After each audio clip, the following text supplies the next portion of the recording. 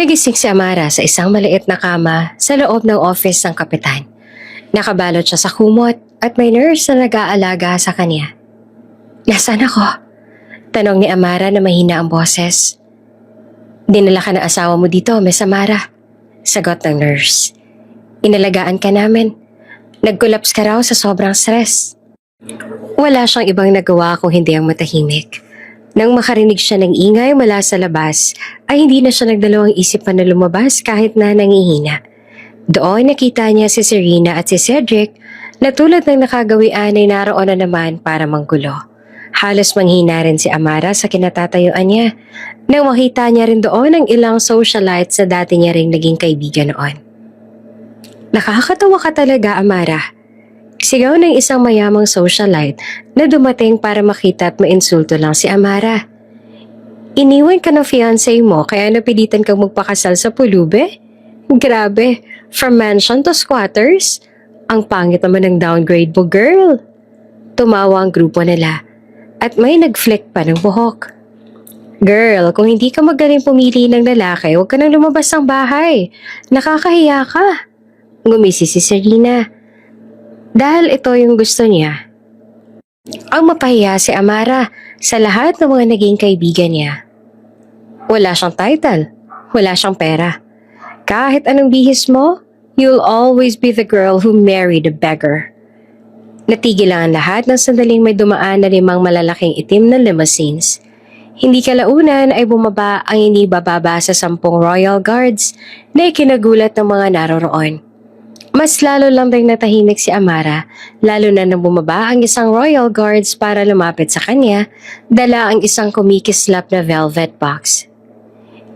Ilagay ang Royal Diamond Necklace sa leeg ng prinsesa. Saan nito? Nang makita nila ang kwantas, agad silang natahimik. "Prinsesa?" Bago ka pa lang sa channel neto, ibang kwento ni Ate Jane, istorya mo, ikwento mo. Huwag kalimutang pindutin ang notification bell at subscribe button.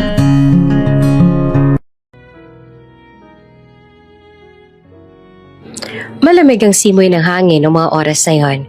Walang iba nagawa si Amara kung hindi ang bumuntong hininga. Bago siya'y unti-unting umiti sa mga taong nakakasalubong niya. Dapat ay iyon ang pinakamagandang gabi sa buhay ni Amara. Ramdam niya ang lamig ng silk sa balat niya habang suot niya ang puting gown na matagal niya nang pinagpilian. Sobrang gara ng paligid.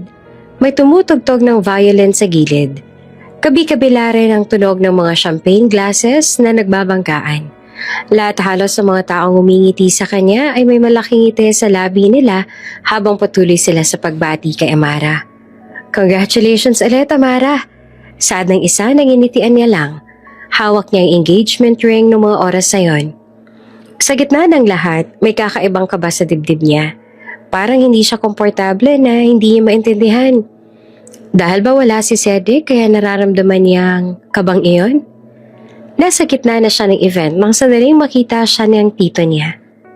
"Amara anak, bakit parang mag-isa ka lang? May hinahanap ka ba?"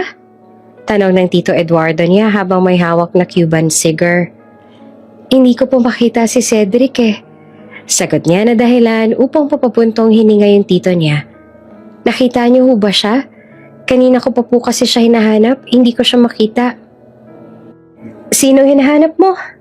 Taas kilay na tanong ng tita niya. "Si Cedric ba?" "Opo, kanina ko po kasi siya hindi nakikita." Sa halip na sumagot ay walang ibang nagawa ang tita niya kundi ang magtaas ng kilay sa kanya. "Hayaan mo na muna siya, Amara. Panigurado maraming kausap yun ngayon. Huwag ka masyadong dikit ng dikit sa kanya at nakakahiya sa mga bisita. Para ka namang walang tiwala sa fiancé mo sa ginagawa mo ngayon." Saan ng tita niya bago ito mismid at umalis sa harap niya. Mas lalong sumikip ang dibdib ni Amara sa narinig. Hindi iyon ang vibe na gusto niya sa engagement party niya, pero dahil wala na siyang magulang, wala siyang masandalan kundi ang tito-tita niya na siyang nagpalaki sa kanya. Sa kanila siya umaasa kahit naramdam niya na parang negosyo lang ang turing nila sa kanya. "Tama yung tita mo, hayaan mo na muna si Cedric." Utos naman ng tito niya na ikinabuntong hininga na lang niya bago siya tumango at naglakad palayo. Habang naglalakad siya sa tabi ng malaking bintana, napansin niya si Cedric na pumasok ng veranda. At base sa kilos nito, halata ito nagmamadali at parang may tinatago. Doon ay tila ba muling naramdaman ni Amara ang pag-aalala at kaba na naramdaman niya lang kanina. Bakit parang nagmamadali siya? Bulong ni Amara sa isip habang nakatingin sa direksyon kung saan nawala si Cedric. May tinatago ba siya? Lalong tumindi ang kaba niya. Sinundan niya si Cedric nang walang pag-aalinlangan. Pagbukas niya ng pinto ng veranda, parang nabasag yung mundo niya sa isang iglap. Sa nasaksihan. Si Cedric, yung lalaking sinumpaan niyang mahalin, ay mariing hinalikan ng pinsan niyang si Serena. Hawak pa ni Cedric yung bewang na si Serena habang hinahalikan siya ng pinsan niya. Sa paraan ng paghalik nilang dalawa, para bang matagal ng relasyon nila. At isa iyon sa nagpasakit lalo sa dibdib ni Amara. Halos nakadikit na kay Cedric yung gown ni Serena. Tanda na sobrang lapit nila sa isa't isa. Bakas din ang ngisi sa labi ni Serena kaya naman doon na nakaramdam ng panginginig si Amara. Panginginig hindi lang dahil sa galit, kundi dahil na rin sa awa sa sarili. Cedric? Tanong niya na halos hindi lumabas ang boses niya. Nang marinig iyon ay walang nagawa si Cedric kung hindi ang mapaatras sa gulat na para bang nahuli siya ng police in the act. Pero si Serena may ngisi pa sa labi bago taas kilay na bumaling kay Amara. Sorry Amara, pero hindi ko na napigilan ang sarili ko. Sad ni Serena sa malamig at nanunuksong boses. Lalo niyang inilapit ang sarili kay Cedric na para bang trophy na pinagyayabang yung lalaking kasama niya. Sobrang swerte mo dahil hindi lahat ay binibiyayaan ng lalaking kagaya niya. Serena, Amara, nauutal si Cedric. Huwag kang mag-alala, honey. Singit ni Serena. Tinitingnan niya si Amara mula ulo hanggang paa bago muling gumisi. Hindi ka naman talaga niya gusto. Ginagamit ka lang niya dahil sa mana mo. Ako naman talagang pinili niya dahil ako talagang mahal niya. Para siyang binuhusan ng acid sa lamig ng mga salita ni Serena. Hindi yung pagtataksel ang mas masakit para sa kanya, kundi yung katotohanang plano pala ang lahat. Pero pinsan kita, umiiyak na saad ni Amara. Hindi kita kadugo, kaya wala akong pakialam sa nararamdaman mo. Saad ni Serena bago gumiti ng nakakaloko sa kanya. Sabihin mo sa lahat ng tao yan. Tingnan natin kung kanino sila maniniwala. Sa'yo ba na wala namang ibubuga? O sa akin na hawak na lahat? Sa halip na makinig kay Serena ay agad na bumali ng tingin si Amara kay Cedric na ngayon ay walang ibang nagawa kundi ang magbaba ng tingin. Cedric, sabihin mo hindi totoo yan. Saad ni Amara habang patuloy na umaagos ang luha sa mga mata niya. Totoo ba lahat ng to? Lahat ng yon? Lahat ng meron sa atin? Lahat ba ng yun peke lang? Ginawa mo lang ba lahat ng yun dahil pinaglalaroan mo lang ako? Amara, saad ni Cedric na sinubukan pang lumapit kay Amara na ikinaatras lang ito. Amara, pakinggan mo muna ako. Sumagot ka! Sigaw ni Amara sa kanya. Sa halip na sumagot ay walang ibang nagawa si Cedric kung hindi ang tahimik na yumuko na mas lalong ikinaiyak ni Amara. Nandidiri ako sa'yo, Cedric. Nakakadiri ka. Mabilis na tumakbo si Amara pabalik sa ballroom. Paulit-ulit lang si Cedric sa pagtawag sa pangalan niya, pero sa halip na bumaling ng tingin, ay nagpatuloy lang siya sa pagtakbo palayo. Hindi na napigilan ang sarili niya na maiyak dahil sa mga nasaksihan. Animong sobrang bigat ng lahat para sa kanya noong mga oras na yon. Pagpasok niya sa ballroom, imbes na yakapin siya ng pamilya, ay sinalubong siya ng malamig na panunumbat ng mga tingin ng tito at tita niya. Huwag ka nga umarte, Amara. Galit at mapait na saad ng tita Sofia niya. Alam mo naman kapag nagpakasal ka, sa'yo mapupunta lahat ng mana. Nilagay na yan sa will. Kung sino pipiliin namin para sa'yo. Pero nag-cheat siya. Pinagpalit niya ako sa iba. Sigaw ni Amara na hindi naman makapaniwala sa nakikita at naririnig niya. At ano ngayon? Dagdag ng Tito Eduardo niya. Babae ka, Amara. Tiisin mo. Hindi ka dapat nagpapakita ng kahihiyan sa harap ng mga bisita. Bulong naman ang tita niya bago nito hinila ang braso niya ng masakit. Ngayon na yung panahon para maging matalino ka. Huwag ka magdrama dyan. Wala siyang kakampi at alam niya yon sa sarili niya. Kahit na anong gawin niya, ni minsan, hindi man lang siya nagawang pakinggan ng mga tito at tita niya. Wala namang ibang iniisip ang mga ito kundi ang tungkol sa mana. Wala na rin siyang mga magulang na pwede niyang pagsabihan. Wala siyang tinig. At kahit na ganon, alam niyang wala silang pakialam sa kanya. Para silang mga buitre na sa oras na bumagsak siya sa lupa, walang ibang gagawin ng mga ito kundi ang maghati-hati sa yaman na meron siya. Pero sa loob ng puso niya, may isang sigaw na hindi nila mapipigilan. Hindi siya papayag na maging ganito na lang. Imbes yumukot umiyak, tumalikod siya sa mga ito. Hindi niya nakinaya yung kapal ng mukha ng mga taong ito. Tumakbo siya palabas ng venue na luhaang parang batang iniwan sa gitna ng kadiliman. Pero bago siya makaalis sa pinto, humabol pa ng sigaw si Serena. "Amara, tanggapin mo na lang." Sigaw nito sa malakas na boses na mas lalo niya na lang ikinagalit. "You are just nobody, Amara. He chose me. Accept it." Walang ibang nagawa si Amara kung hindi ang huminga ng malalim bago pinunasan yung luha niya bago tiningnan si Serena sa mata. "Huwag ka munang magpakasaya, Serena. Hindi pa rito matatapos ang lahat." Saad niya bago siya tumakbo palayo. Tumakbo siya ng mabilis. Hindi niya na narinig ang anumang sigaw sa likod. Ang tanging naririnig na lang niya ng mga oras sa yon ay ang tibok ng puso niya na parang gusto nang kumawala sa katawan niya. Lumabas si Amara sa hotel na parang hindi makahinga. Habang naglalakad, agad na bumuhos ang malakas na ulan. Wala siyang ibang nagawa kung hindi ang magpatuloy sa paglalakad. Animong sumasabay sa agos ng luha niya ang pagpatak ng ulan. Basang-basa na yung gown niya sa pinaghalong tubig, ulan at putik. Niwala ring humihintong sasakyan para tanungin siya kung anong nangyayari. Dinadaanan lang siya ng mga luxury car na mabilis ang takbo. Walang pumapansin. Minsan huminto ang mga tao para tumingin sa kanya pero walang tumulong. Parang tanawin lang siya sa pelikula ng iba na para bang extra siya sa isang shooting. "Hindi ako laruan," hikbi niya. "Ginawa ko naman lahat, pero bakit?" Habang naglalakad siya sa sidewalk sa gilid ng kalsada, may lalaki naka-dirty jacket na nakaupo sa ilalim ng sirang waiting shed. Payat yon at animong may gasgas sa braso. May isang supot ng tinapay sa tabi niya.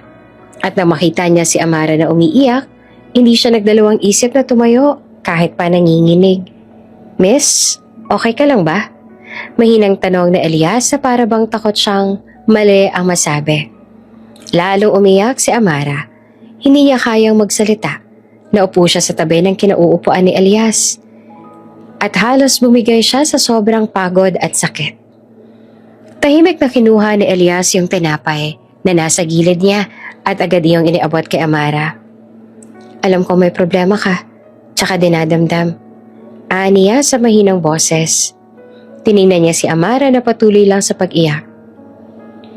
"Pero kahit gaano pa kasakit yung dinaramdam mo, huwag mo pa rin kakalimutan kumain, ha?" Napatingin si Amara sa lalaki.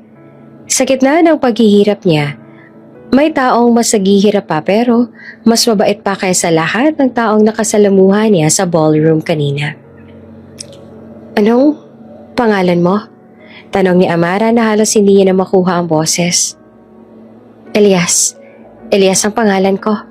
Sagot naman niya bago ngumiti ng bahagya. "Magpahinga ka na muna, mukhang pagod na pagod ka. Bakit ka ba naliligo sa ulan?"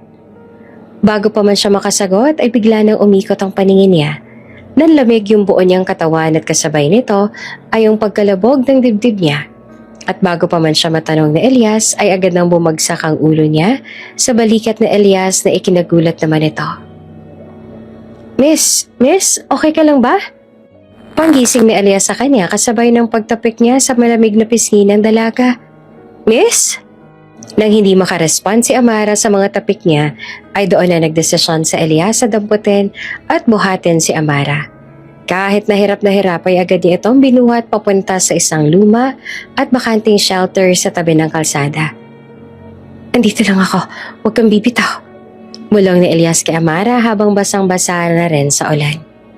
Habang buhat niya si Amara, ang mata ni Elias ay saglit na tumingin sa langit. May lungkot sa mga mata niya habang nakatingin sa taas.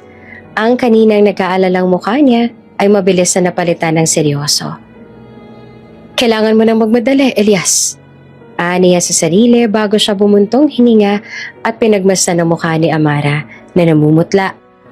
Kinabukasan nagising si Amara sa gitna ng isang kakaibang amoy. Hindi ito yung mabangong linen at air conditioning ng mansyon nila. Nagmumula yung amoy sa lumang karton na may kaunting alikabok at amoy mildew mula sa tumutulong tubig mula sa sirang kisame. Nakita niya yung sarili niya na nakabalot sa lumang kumot na magaspang, pero maayos at malinis pa naman. Gising ka na pala, mahinang saad na Elias. Napatingin si Amara kay Elias. Nakaupo ito sa paanan niya at bahagyang nakasandal sa pader. Payat pa rin siya at basang-basa pa rin ang damit niya. Pero ang paraan ng pagtingin ni Elias sa kanya, punong-puno na ng pag-aalala. Bakit mo ako tinulungan? Tanong agad ni Amara habang pilit na inaalala yung mga nangyari kagabi. Ani mong bumalik sa alaala niya lahat ng nangyari sa ballroom kagabi, kaya naman hindi niya na naiwasang mapahawak sa dibdib niya. Nakita kitang umiiyak. Sagot ni Elias na simple lang bago siya nagbaba ng tingin. Tsaka mukha ka ring nagugutom at pagod na pagod. Bumaba yung tingin ni Amara at agad siyang nakaramdam ng pagtataka nang makitang may kumot at unan din sa paanan niya. Bakit ka natulog dyan? Tanong ni Amara habang tinuturo ang paanan niya. Hindi kita pwedeng iwanan dito mag-isa kaya sinamahan na kita. Baka kung sino pa makakita at magka-interes sa'yo rito. Sagot ni Elias at inayos ang kumot sa paa ni Amara. Hindi ka nababagay sa ganitong klase ng lugar, miss. Hindi bagay sa'yo. Mukha kang mayaman.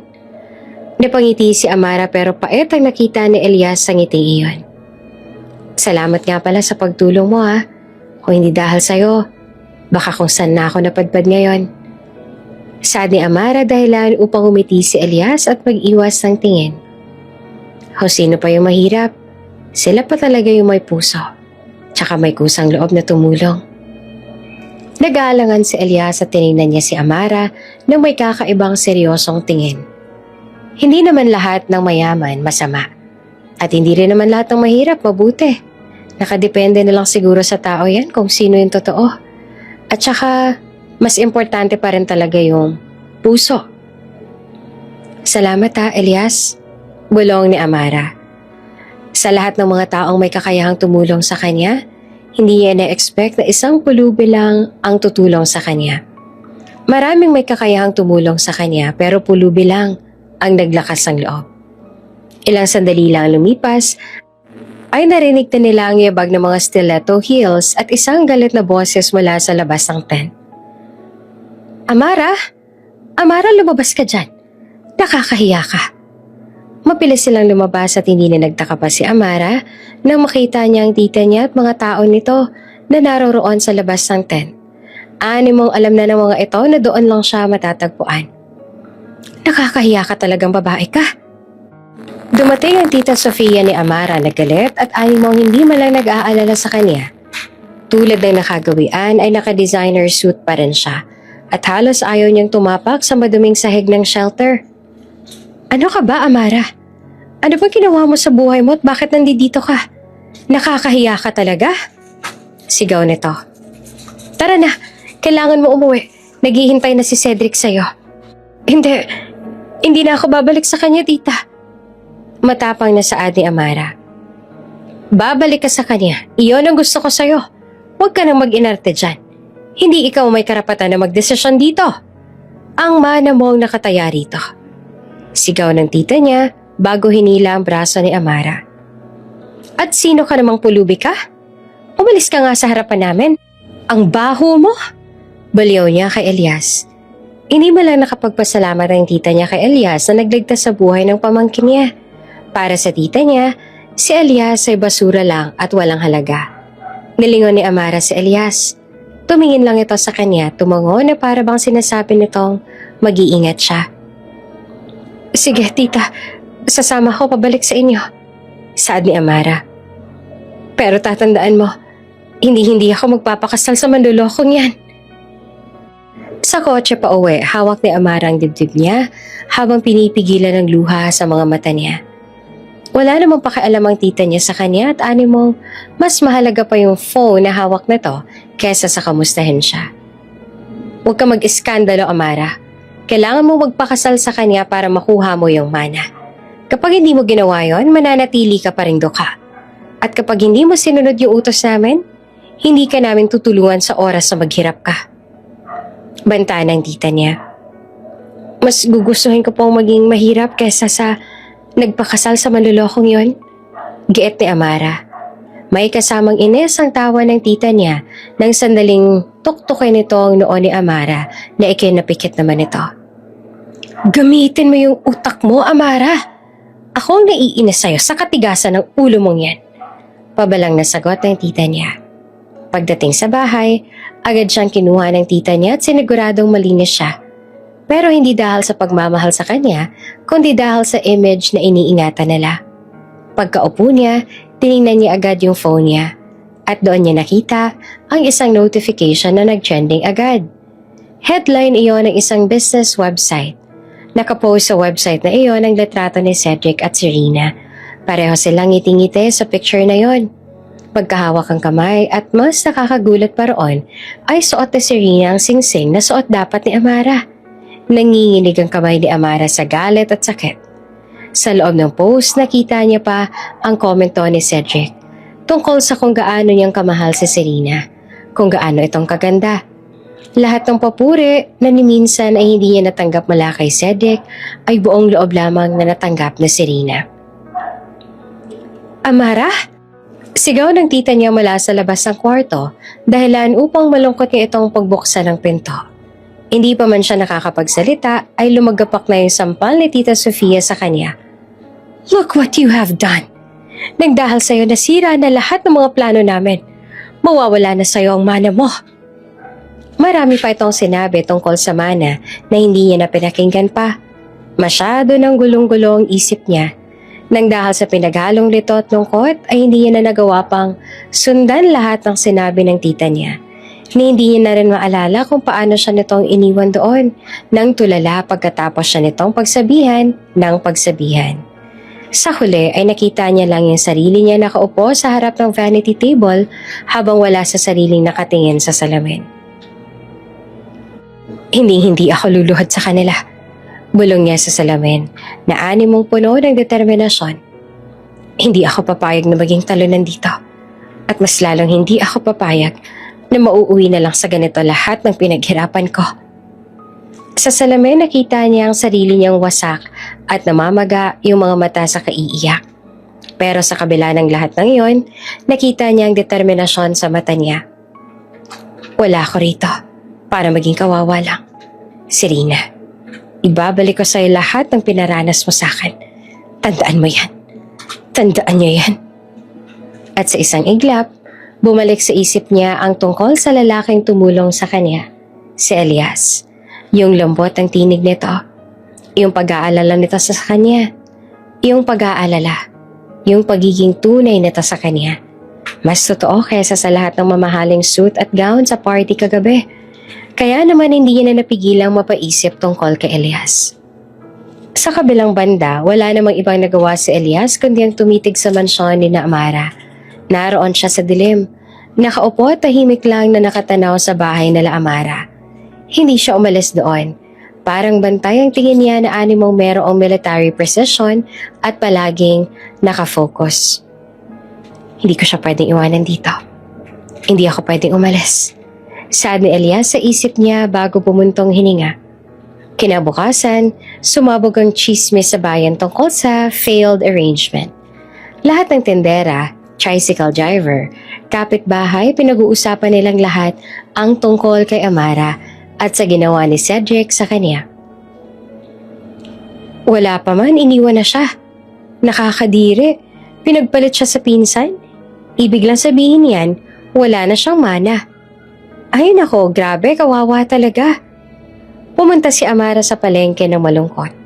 Hindi siya makatingin sa mga tao roon kahit na panay ang tingin ng mga ito sa kanya. Wala siyang ibang nagawa kung hindi ang yumuko sa paglalakad kahit naramdam niya ang mga matang nanonood sa kanya habang naglalakad siya. May tumawa pa ng malakas sa animong nang iinsulto, bagay na mas lalong nagpasakit sa puso ni Amara. Kung ako yan, baka tumalo na ako sa bangin ng kahihiyan. Hinawakan niya ang dibdib niya at nagsimula ng humigpit ng mga oras na yon. Pumunta sana siya sa pharmacy para bumili ng vitamins at painkillers pero ganoon ang mga narinig niya. Pero sa gitna ng paglalakad niya, nakita niya si Elias na nag-aayos ng lumang kariton na parang gagawing pushcart. Nakita niya na may mga bruises pa rin sa mga braso at mukha pero abala siya sa pagtatrabaho. Hindi siya nag-aabang ng limos, nagtatrabaho siya. Nagkatinginan sila, walang salita, pero may tahimik na lambing sa mata ng lalaki na parang nagsasabing, okay lang, laban pa. Sa dami ng mata na humuhusga, ito lang yung pares ng mata na hindi niya hinuhusgahan. Walang judgment, walang sarcasm, tulad ng sa iba. Naglakad pa palapit si Amara kay Elias habang ang mga tao naman ay nagbubulungan sa likod niya. Amara, hindi ka dapat nasa ganyan. Bulong na isang tendera. Sayang yung yaman mo, te. Masyado ka pang bata para maging homeless. Sa halip na pansinin ang lahat ng iyon ay wala siyang ibang nagawa kundi ang i-ignore lahat ng iyon. Tumingin siya kay Elias na naghihintay lang sa kanya. Elias? Mahina pero may pag-aalala nitong sagot sa kanya. Sa gitna ng kahihiyan, sa gitna ng mga ngisi at chismis, may bigla siyang sinabi na hindi niya naisip. Isang desisyon na babasag sa lahat ng nasa pagitan nila. Pwede bang pakasalan mo ako? Nang dahil sa narinig ay agad na nagulat si Elias. Maging ang mga dumadaan ay agad na natigilan. Napatigil naman yung tendera ng gulay sa ginawa at agad na lumabas ang ulo nito sa sari-sari store. Naging tahimik ang buong palengke sa narinig. Hanggang sa nabasag lang katamihikang yon nang may nagsalita. Ay, grabe naman. Pulubi yung ipapalit niya sa mayaman? Aba, nabaliw na yata. Desperada. Namula si Amara sa mga narinig at sa tingin ni Elias pero hindi siya tumakbo palayo. Tiningnan niya si Elias ang may buong tapang. Kesa naman magpakasal ako sa manloloko, mas pipiliin ko na lang ang may puso. Tinitigan ni Elias si Amara. Ang mukha niya may bakas ang pagkagulat pero iba ang nakikita ni Amara sa mga mata niya. Animong nag-aapoy ang mga ito habang nakatitig sa kanya. Unti-unti ay tumango si Elias ng mabagal bago siya sumagot kay Amara. Oo, pakakasalan kita, Amara. Naging tahimik ang naon ng 3 segundo pero kalaunan ay sumabog ang tawanan sa buong palengke. Sa gitna ng ingay, hawak ni Amara ang bituin ng bagong pag-asa. Ito na ang simula ng paghihigante niya sa dalawa. Sa di kalayuan naman, isang lalaking nakaitim na shades ang tahimik na nagtipa ng text sa cellphone niya. Hindi siya ordinaryong tao. At ang tingin niya sa dalawa nasa malayo ay medyo matalas. Text message. He agreed. Phase 1, confirmed. Target is now protected by Prince's own will. 2 linggo lang nakalipas ay ginanap na sa barangay hall ang kasal na lang dalawa. Walang bonggang bulaklak. Walang violin na tumutugtog ng wedding march. Walang grand entrance na may red carpet. May mga plastic na upuan sa di kalayuan. Flores de papel na ginawang dekorasyon at mga taong nakaupo para manood ng kasal ni Amara na di kalaunan ay pagtatawanan din nila. Si Amara, imbes na suotin ng mamahalin niyang gown, ay nakasuot ng isang simpleng puting dress na binili lang niya sa ukay-ukay. Pero malinis at maayos naman ang itsura niya. Si Elias naman, hindi man nakatoksido, maayos naman ang tabas ang buhok niya. Nakasuot siya ng malinis na polo shirt at slacks. Walang regalo, walang mamahaling alahas, pero may dangal sa tindig niya. Hindi siya mukhang namamalimos sa kalye. Mukha siyang taong may respeto sa sarili. Handa ka na ba? Bulong ni Elias kay Amara. Handa na ako. Sagot naman ni Amara kahit nanginginig ang mga kamay sa kaba. Tumingin siya kay Elias at nakita niya ang determinasyon sa mata nito. Hindi siya nagkamali sa pagpili niya. Ang barangay captain ang siyang nagkasal sa kanila. Ang mga salita ng kapitan ay simple lang, pero totoo. Amara, tinatanggap mo ba si Elias bilang asawa mo? Sa hirap at sa ginhawa? Opo, tinatanggap ko. Sagot ni Amara na malinaw at matatag ang boses. Elias, tinatanggap mo ba si Amara bilang asawa mo? Opo, kapitan. Sagot naman ni Elias sabay higpit ng hawak sa kamay ni Amara. Habang pumipirma sila sa marriage contract, pumalakpak ang ilang lasing sa gilid habang nagtatawanan. Narinig naman ni Amara yung mga bulungan sa malayo na nanonood naman ng kasal nila. Nako, kasal yan ng mga desperado, kawawang mga bata. Sa gitna ng mga bulungan, mabilis na tumahimik ang lahat. Mula sa malayo, natanaw ni Amara sila Cedric at Serena na parating. Gaya ng nakagawian ay nakasuot sila ng mga designer clothes na para bang mga fashion models. Sa labi nila ay makikita ang mga ngiti. Malapad na animong nanunukso pa ng mga oras na yon. Huminto sila sa harap ng lamesa ng kapitan na para bang spotlight ang tingin nila. Congrats, cuz! Sarkastik ang bati ni Serena. Tiningnan niya si Amara mula ulo hanggang paa na punong-puno ng pangmamata. Bagay talaga sa'yo ang ganitong setup. Pangmukhang tanga lang. Hindi ako mukhang tanga, Serena. At least, kung mukha man akong tanga, totoo lahat ng to. Matapang na sagot ni Serena. Si Cedric naman ay bahagyang umisi sa narinig. Hindi ka talaga naghintay, ano? Ganon ka ba kadesperada na maikasal? Akala ko ba mayaman ang gusto mo? Bakit ka napunta sa isang cheap na... I'm sorry, anong tawag nga ulit sa'yo? A beggar. Sad naman ni Serena bago sila magkasamang tumawa ni Cedric. Look at this mess, Amara. Ni hindi ko malang na-expect na pagkatapos mo akong iwanan, sa ganito ka lang pala mauuwi. Karma mo ba to dahil hindi ka makapaghintay? This is not karma. At mas gugustuhin kong maikasal sa lalaking mahirap pero may dangal. Kesa sa lalaking katulad mo na cheater na nga. Mayabang pa. Sagot ni Amara habang tinitingnan si Cedric sa mata. Tahimik si Elias sa tabi niya pero naramdaman ni Amara ang kamay ni Elias. Marahang humawak ito sa kamay niya na para bang sinasabing, nandito ako, huwag kang matakot. Ang simpleng hawak na iyon ay mas naging matibay na sandalan para sa kanya kesa sa lahat ng pera na meron si Cedric. Napansin niyo ni Cedric kaya naman mabilis niya sanang kukuhanin si Amara pero agad siyang tumigil ng sandaling magsalita si Elias sa gilid ni Amara. Huwag mong hahawakan ang asawa ko. Malamig na saad ni Elias. Hindi siya sumigaw pero ang boses niya ay may bigat na nagpatahimik kay Cedric. Sino ka ba para pagsabihan ako? Tanong ni Cedric kasabay ng pagtingin kay Elias na para bang insekto yung nasa harap niya. Ako lang naman ang asawa ng babaeng hahawakan mo. Simple at maikling sagot na Elias. Natawa si Serena sa pagsabat na Elias. Oh my God, kuya, sa itsura mo ngayon, pwede ka na maging bodyguard namin. Cedric, bigyan mo nga siya ng 5,000. Hindi ko kailangan ng pera ninyo. Sagot na Elias habang ang tingin niya ay hindi natitinag. Umalis na kayo, tapos na ang kasal. Walang ibang nagawa ang dalawa kung hindi ang umalis ang may galit sa mga mata. Hindi kalaunan ay natapos na rin ang seremonya. Lahat ng mga taong naroroon ay nagpalakpakan. Hindi dahil sa natutuwa sila sa dalawang ikinasal, kundi dahil sa pumalakpak sila ng may pang-aasar. Nang makaalis sila sa barangay hall, agad na nagulat si Amara nang makita niya ang lumang kariton na may 2 pangit na lobo. May nakasulat ding karatula doon na may nakalagay na Just Married. Bagay na nagpaluha kay Amara. Ipinagpalit man siya ng fiancé niya sa pinsan niya, itinakol man siya ng mga tito at tita niya dahil sa manang hindi niya nakuha, nakita naman niya ang totoong pagmamahal sa lalaking noon niya lang din nakilala. Salamat, Elias. Kasi hindi ka man lang nagdalawang isip na pakasalan ako kahit na Hindi mo naman ako kilala.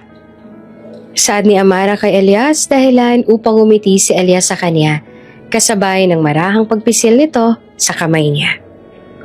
Nang lumabas sila ng hall, huminto si Amara saglit at huminga ng malalim. Walang palakpak na nangyari. Walang cheers mula sa mga mayayamang tao na kilala niya. Pero hindi niya rin maitatanggi na kahit wala na siya ng mga bagay na ine-expect niya, masama naman yung puso niya. Tara na, Amara. Yaya na Elias. Sandali, saad ni Amara. Then she saw it, isang black luxury car na tinted, nakapark sa di kalayuan. Tahimik lang yung kotse na yon, walang galaw. Parang may nagbabantay sa lahat ng kilos nilang dalawa. Hindi ito karaniwang kotse sa lugar. Malabo ring pagmamay-ari iyon ni Serena dahil ngayon lang siya nakakita ng ganong klase ng kotse. Base sa itsura at style nito, mukhang itong sasakyan ay isang Secret Service or diplomat. Bakit may kotse dyan? Kilala mo ba yung kanino yan? Tanong ni Amara bago napatingin kay Elias. Umiling naman si Elias pero may kumislot sa mata niya. Recognition? Kaba? Lihim na nabunyag? Baka may hinihintay lang. Hindi, Elias. Parang matagal na sila nandyan eh. Parang feeling ko binabantayan tayo. Giit ni Amara. Huwag mo na lang pansinin. Saad ni Elias bago hinawakan ng kamay niya at naglakad sila papalayo sa black car. Pero habang naglalakad sila, lumingon si Amara sa likod. Ang black car ay tahimik na sumusunod sa kanila pero hindi nagpapakita. May mali. Hindi to coincidence. Yan ang nasa isip ni Amara. Sa loob ng black car may boses sa earpiece na parang galing sa radio. Naroon ang isang lalaki na nakasuot ng black coat at nakashades na mabilis na nag-report sa ginagawa ng dalawa. Target is married. Proceed to observation mode. Kinabukasan, dinala ni Elias si Amara sa bahay niya. Isang maliit na barong-barong sa gilid ng riles. Kahoy na pinagtagpi-tagpi ang haligi ng bahay niya. Yero naman ang bubong at manipis na kortina naman ang pinto. Walang marble floors. Walang chandelier.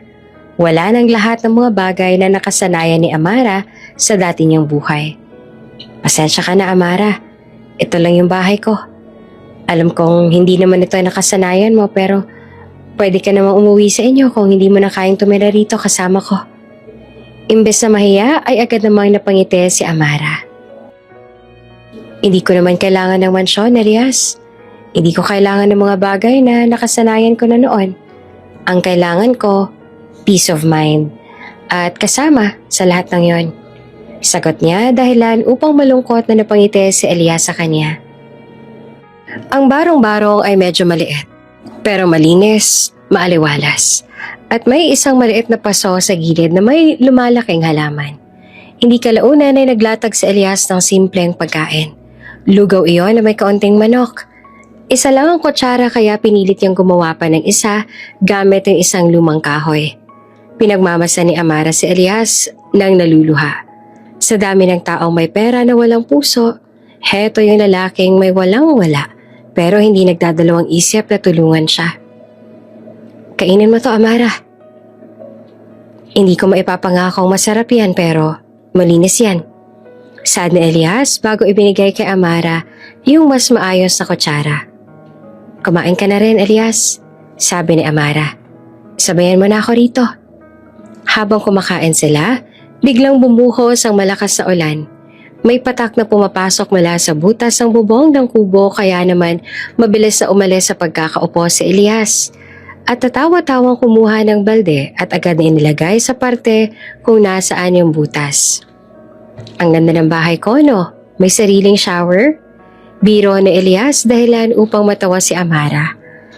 Kahit simple lang yung buhay na meron sila, ang importante ay masaya sila. Sa totoo lang ay mas masaya pa si Amara ngayon. Mas totoo yung tawa at saka saya niya ngayon kaysa doon sa peking tuwa niya sa sariling engagement party niya noon. Kinagabihan ay bahagya silang nagkatinginan.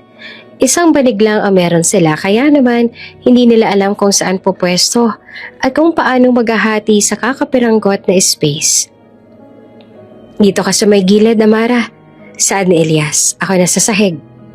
No, mahinang sagot ni Amara, malamig dyan. Pwede naman tayo mag-share dito. Friends tayo, right? Namula si Elias pero agad na sumilay ang ngiti sa labi niya. Oo naman, friends, aniya. Pero sa mata niya, may respeto. He was protecting her peace. Hindi niya hinawakan si Amara at hindi siya nag-take ng advantage sa asawa.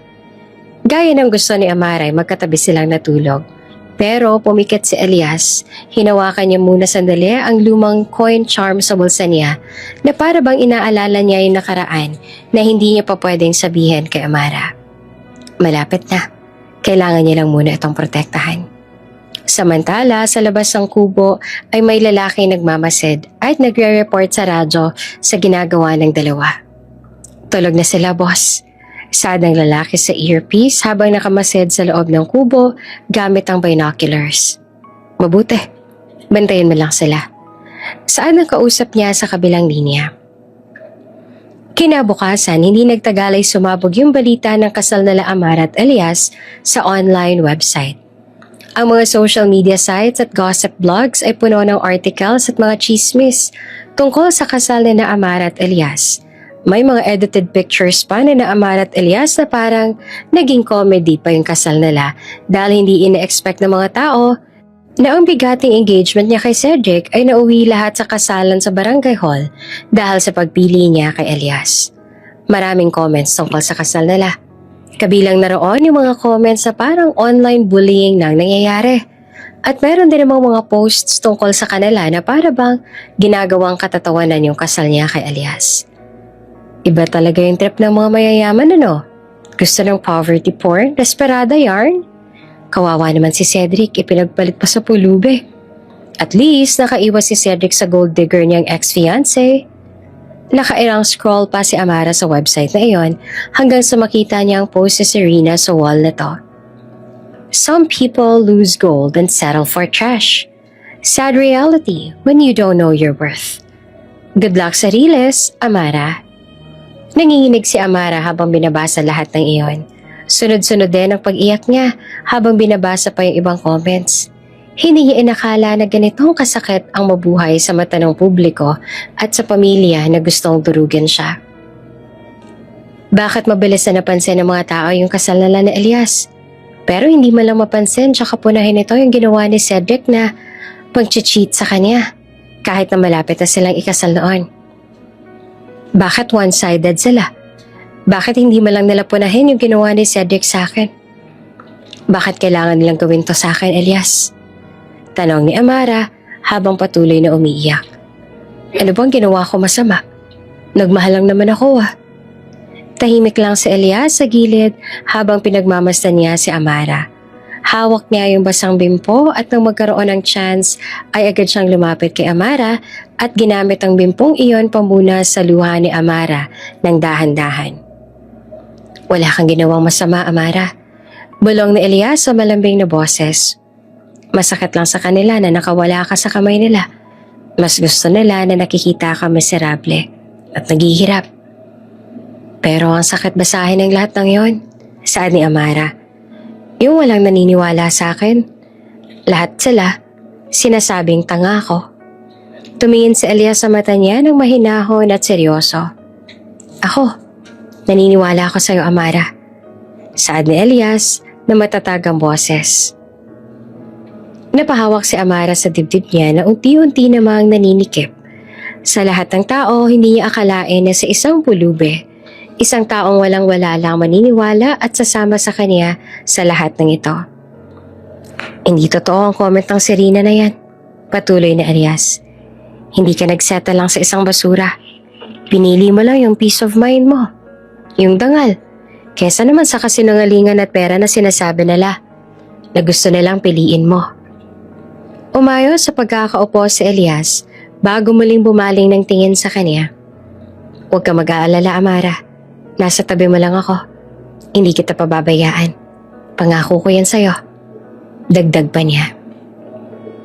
Hindi na iyon sinigawan. Hindi pinilit. Pero mas bumigat sa puso niya yung bigat ng katotohanang may taong kumakapit sa kanya.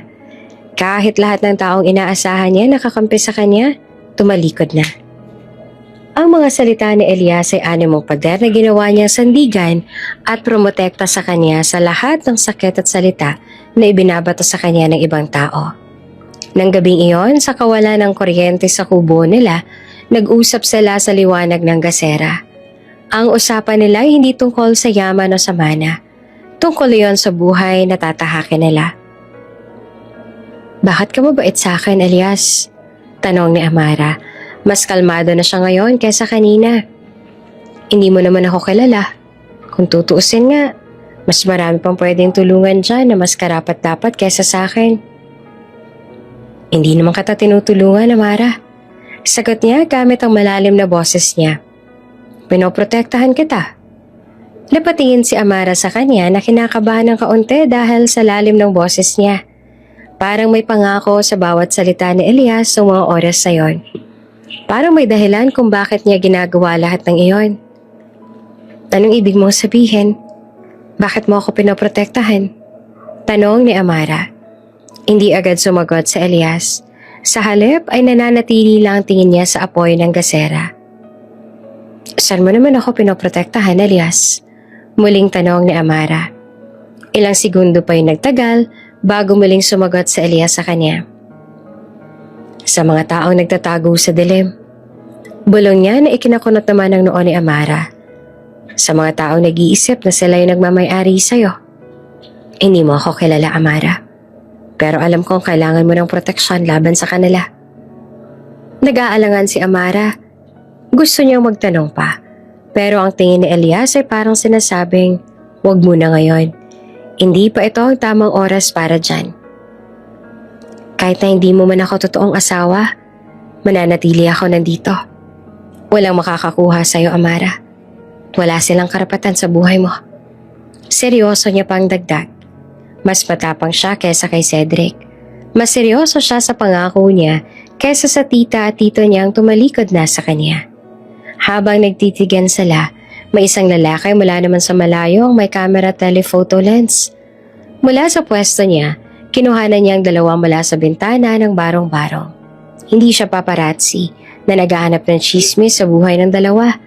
Mukha siyang private investigator na nagmamanman sa kilos ng dalawa. Hindi kalaunan ay may kinuha ito sa bulsa at bumulong. "Target emotionally attached, face progressing." Lumipas ang mga araw na hindi lang puro iyak at sakit ang nararamdaman ni Amara. Simula nang ikinasal siya kay Elias, hindi na tulad ng dati yung naging buhay niya sa kubo kasama nito. Madalas na siya ngayong tumatawa. Hindi tulad doon, bagay na malaki talaga yung pinagbago niya. Sa umaga, magkasama silang nagluluto ng turon at kwek-kwek at iyon ang naging bonding nila sa araw-araw. "Ako na maghihiwa ng saging," sabi ni Amara. "Wag na, baka masugatan ka lang," sagot na Elias sabay kuha ng saging. Tinignan niya ang kamay ni Amara na malambot na at animo kutis ang mayaman. Hindi iyan sanay sa mga gawaing ganito kaya naman napabuntong hininga na lang siya. "Hindi, sanay ako na," paminilit pa ni Amara. Hanggang sa nagtalo sila at nagtawanan. Kahit pawisan na si Amara, hindi niya pa rin maitatanggi sa sarili niya na masarap sa pakiramdam na may kasama talaga sa lahat. "Ako na nga rito, manood ka na lang," sagot pa ni Elias. Wala namang iba nagawa si Amara kung hindi ang mapabuntong hininga na lang bago siya nagdesisyong pagtuunan na lang ng pansin ang paghahalo sa batter. "Masyado ka namang protective, Elias." Aniya na ikinatawa naman ito. "Kailangan eh," sagot na Elias at gumiti siya ng tahimik na nagpabilis naman ng tibok ng puso ni Amara. "Hindi lang naman ako ang pumoprotekta sa iyo, Amara. Pinoprotektahan mo rin naman ako ah." Sa hapon, magkasama silang nagtitinda ng kwek-kwek at fishball sa kalsada. Hindi sanay si Amara sa ganoon pero hindi niya rin maitatanggi na masaya siya. Kapag may batang umiiyak, si Elias ang nagbibigay ng extrang fishball. Kapag naman may lasing, sinasaway niya naman ito ng may disiplina pero may ngiti. May respeto siya sa lahat ng tao, mayaman man o mahirap. Hindi siya nang-aapi at iyon ang nagpabago ng tingin ng mga tao kay Elias. Kahit na binansagang asawa ng pulubi si Amara, hindi kalaunan ay nagsimulang magbago yung tingin ng mga ito sa kanya. Nakikita nila yung genuine happiness ni Amara kay Elias, kesa sa mga nakita nila noon na lungkot kay Amara kapag si Cedric naman ang kasama niya. Kinagabihan, bumili si Amara ng yelo para sa business nila. Pagbalik niya, nakita niya si Elias na nagbabasa ng isang bagay sa phone niya. Nakasulat iyon sa foreign language at may royal crest sa tabi ng article. Anong binabasa mo? Nagulat si Elias sa pagdating ni Amara at mabilis siyang pinatay yung screen ng cellphone niya. Hindi siya mapakali nang makita ang kuryosong tingin ni Amara noong mga oras na yun. World news lang, tungkol sa politics. Sagot niya at agad na inilagay yung phone sa bulsa niya. Pero napansin ni Amara yung sinilid sa bulsa niyang ring case. Sandali niya nang salyapan ito at lalo siyang napatakip ng dibdib. Hindi iyon ring case ang pulube. Tama ang bigat. Tama ang ukit. Parang crest ng isang royal family. Elias, matulog ka na, Amara. Sagot niya habang pilit na iniiba yung usapan. Inalikan niya sa noo si Amara bago siya nagdesisyong mahiga sa banig. Bago pumikit si Elias, nakita niyang pinisel na Elias yung gold coin charm na palagi niyang hawak. Parang mahalaga yan sa kanya na animong may pinangahawakan siyang pangako. May tinatago siya. Hindi lang siya basta pulube. Sa isip ni Amara. Kahit na ganon, hindi niya kayang magalit kay Elias dahil nararamdaman niya yung proteksyon na binibigay ni Elias sa kanya, regardless sa background na meron siya. Kinabukasan, ginabi si Amara at Elias ang uwi mula sa pagtitinda. Malakas ang ulan at kailangan nilang dumaan sa isang madilim na eskinita malapit sa Riles. Habang naglalakad sila, may biglang sumulpot na 3 lalaking lasing at mukhang manyakis. Oy mga pre, si Amara yan ah. Ang ganda mo pala sa personal. Sabi ng isa sabay hawak sa braso ni Amara. Nanlamig ang dugo ni Amara at nagsimula siyang magpanik sa ginawa ng nakakadiring lasing. Bitawan mo siya. Malamig at matigas ang boses ni Elias. Natawa naman ang lasing sa sinabi niya. Nako, pulubi ka lang. Anong gagawin mo, ha? Papaiyakin mo ba kami? Saad nito sabay tulak kay Elias. Nang dahil sa ginawa niya ay agad na napaupo si Elias sa putik dahilan upang magtawanan ng mga lasing. Baka saman sa mukha ni Amara ang pag-aalala kaya naman walang ibang nagawa si Elias kung hindi ang mapailing. Umuwi na kayo. Ayoko ng gulo. Saad ni Elias habang tumatayo at pinupunasan ng putik sa shorts niya. Tingnan mo to, pre. Pinagtatanggol pa yung asawa niyang socialite. Hindi mo naman talaga asawa yan, di ba? Pulubi lang yan eh. Tawa pa ng isa. Nang dahil sa narinig ay agad na nag-init ang mukha ni Elias sa galit. Ang mga mata niya ay animong nagbabaga sa galit. Walang emosyon pero kitang-kita sa titi niya yung matatalas sa tingin. Iwanan mo na yung pulubing yan. Sumama ka na lang sa amin. Papaligayahin ka pa namin. Isang mabilis sa sundok agad ang ibinigay ni Elias sa sapulpa sa panga ng lalaking humawa kay Amara at nagsasalita. Hindi na nakasigaw ang lalaki at agad na bumagsak sa lupa dahil sa impact ng ginawang pagsuntok na Elias. Pag-ikot na Elias, kinabig niya yung braso ng isa pa. Hawak niya na ang kamay nito. At sa isang mabilis sa pag-ikot, binalibag niya ito sa lupa. Yung pangatlo naman ay nagulat at sumugod para sumuntok kay Elias. Pero si Elias parang nakita niya na ang galaw bago pa ito mangyari. Isang elbow strike ang iginawad niya dito na para bang nasa isa siyang military combat dahil sa mga galaw niya at suntok niya. Sa loob ng 3 segundo, 3 lalaking nakahiga sa lupa at nawala ng malay dahil sa ginawa ni Elias. Hindi ito galaw ng isang pulube lang. Base sa galaw niya at paraan ng pag-iwas niya kanina, para bang nag-train siya sa isang training combat. Walang ibang nagawa si Amara kung hindi ang mapatingin kay Elias. Habang nakatingin ito sa 3 lasinggero, mong hindi man lang siya hiningal sa ginawa niya kaya naman gulat na gulat si Amara na napatitig sa kanya. Elias, paano mo? Kailan ka natuto niyan? Tanong ni Amara na hanggang ngayon ay nanginginig pa rin. Huminga si Elias ng malalim. Lumapit siya kay Amara at hinawakan ng braso niya na sinigurado niya na wala man lang itong sugat. Amara, Hindi mo na kailangang malaman ang tungkol doon. Ang importante, ayos ka. Mahina niyang saad na may takot din sa mata na nakita niya si Amara na parang hindi dapat. Dumating ang barangay at tanod na naalarma sa ingay. Nakatayo na ang tatlong lalaki pero umalis na sila agad dahil sa kahihiyan at sakit. Sino yung mga yon, Elias?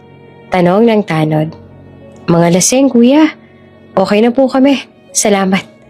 Sagot ni Elias at hinila na si Amara papalayo. Habang naglalakad sila, tahimik lang si Amara. Gusto niya magtanong pa pero hindi niya magawa. Hindi mo ako kailangang protektahan sa ganong paraan, Elias. Mahinang saad ni Amara na nanginginig pa rin. Di naman kita pwedeng pabayaan. Sagot naman ni Elias. At sa sandaling iyon, ang mukha niya ay puno ng seryosong responsibilidad. Pag uwi nila sa bahay, hindi mawala sa isip ni Amara yung mga galaw na Elias kanina. Sino ba naman yung pulubing marunong lumaban na parang bodyguard siya ng royal family? Kinagabihan, nagising si Amara nang marinig niya sa labas si Elias na animong may kausap siya sa burner phone. Yes, the situation is contained. I cannot leave her. She's connected to the will. My duty is to protect her. May nakatagong authority sa boses niya noon, niya lang narinig. Kinabukasan habang nagtitinda sila ng kwek-kwek, dumating si Cedric. Nakasuot ito ng suit, naka-sunglasses, at may dala-dala siyang mapanuksong ngiti. Amara! Malambing yung saad dahilan upang mapatingin si Amara sa kanya. Ano na naman ang ginagawa mo dito? Angil niya dahilan upang natawa si Cedric. Umalis ka na, Cedric. Relax. Di naman ako nagpunta rito para manggulo. In fact, hindi pa huli ang lahat. Aniya na makalapit at tinignan ng stall nala. Pwede ka pang bumalik. Look at this. Inabot niya ang isang envelope. Binuksan niya ni Amara at hindi na siya nagulat nang makita ang isang check na naglalaman ng 10 milyon. Kapag iniwan mo yan, sabay turo kay Elias sa abala sa pagbebenta ng fishball, ibibigay ko sa'yo lahat ng kailangan mo. Kahit hindi ka magpakasal sa akin, hayaan mo lang ako mag-manage ng mana mo. Hinampas si Amara ang pera sa dibdib ni Cedric na ikinangisi naman ito. Hindi ako nabibili, Cedric, saad ni Amara. Mas mahal pang dignidad ko kesa sa pera mo. Hindi na nagsalita si Cedric, pero sa di kalayuan, bumaba rin ang sasakyan ni Serena. Tulad ng nakagawian ay nakasuot na naman ito ng designer coat. Tumaas ang kilay niya nang makita niya si Amara na naroon sa stall. Hindi kalaunan ay lumapit siya ng may ngisi sa labi. Girl, come on! Do you really think you belong here? Look at you. Dirty feet, cheap life, asawa ng pulubing. Bago pa man matapos si Serena, nagsasambitin niya, ginawaran na siya ni Amara ng isang malakas na sampal. Lahat ng tao sa kali ay natigilan, pati si Elias napatigil sa pagbebenta sa nasaksihan. Mas mabuti nang magkaroon ng buhay na ganito, kesa magkaroon nga ng buhay na katulad ng sayo, pero hindi naman masaya. And do you think hindi ko ginusto na nandito ako? Nagkakamali ka, Serena.